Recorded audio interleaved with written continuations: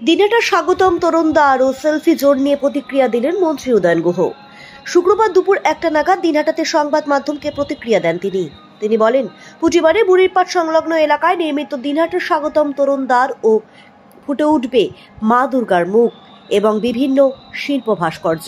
কেননা আমরা কোনো সমস্যায় পড়লে মা দুর্গার শরণাপন্ন হই। এছাড়াও বেশ কয়েক বছর ধরে দিনহাটা শহরে বিগ বাজেটের দুর্গাপূজা হয়ে আসছে, যা গোটা উত্তরবঙ্গে খ্যাতি অর্জন করেছে। পাশাপাশি সেলফি জোনটি তৈরি হচ্ছে তাজমহলের ধাঁচে, কেননা আমাদের এখান থেকে অনেকেই তাজমহল দেখেননি, তাই সেই স্বাদ সেলফি জোনের মাধ্যমে মুঠোফোনে বন্দি করতে পারবে।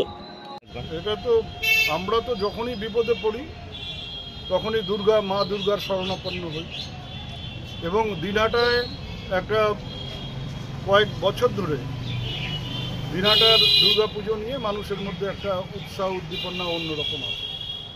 তার ফলে দিনহাটায় যে পুজোটা ভালো হয়, দিনহাটা যে বিভিন্ন জায়গার থেকে মানুষ আসেন প্রতিমা দর্শন করতে, মণ্ডপ দর্শন করতে, তারই একটা জাস্ট বলা যেতে পারে যে এটা সেই স্মৃতিটাকে উস্কে দেবার জন্যই এটা করা হয়েছে। এর সাথে কোনো ধর্মীয় চিন্তাভাবনা নেই। এটা হচ্ছে আমাদের এই শহর, সেই শহরে যারা বাইরের থেকে আসেন তাদের স্বাগত জানানোর জন্যই এই তোরণটা তৈরি করা হচ্ছে, এবং একটা নতুনত্ব সেই তোরণটার মধ্যে রাখার চেষ্টা হয়েছে। তার ফলেই একটা মুখ এবং তার পাশে নবদুর্গার বিভিন্ন রকম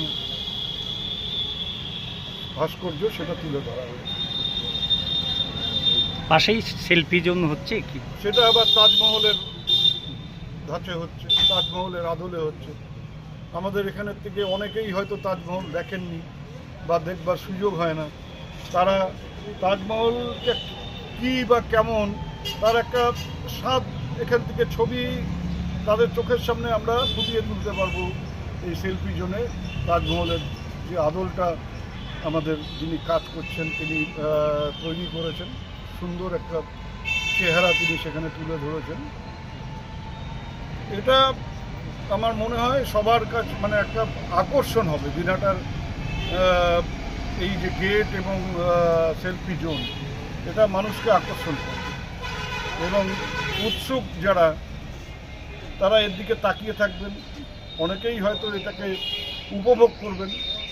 আমরা চাই যে সবাই মিলে আমাদের এই দিনহাটা, আমাদের প্রিয় দিনহাটা, সেই দিনহাটাকে যাতে আমরা সাজিয়ে তুলতে পারি, মানুষের কাছে আমরা একটা সুন্দর দিনহাটা, স্বচ্ছ দিনহাটাকে তুলে ধরতে পারি, তার চেষ্টা আমরা সবাই মিলে করছি এবং আগামী দিনও করব।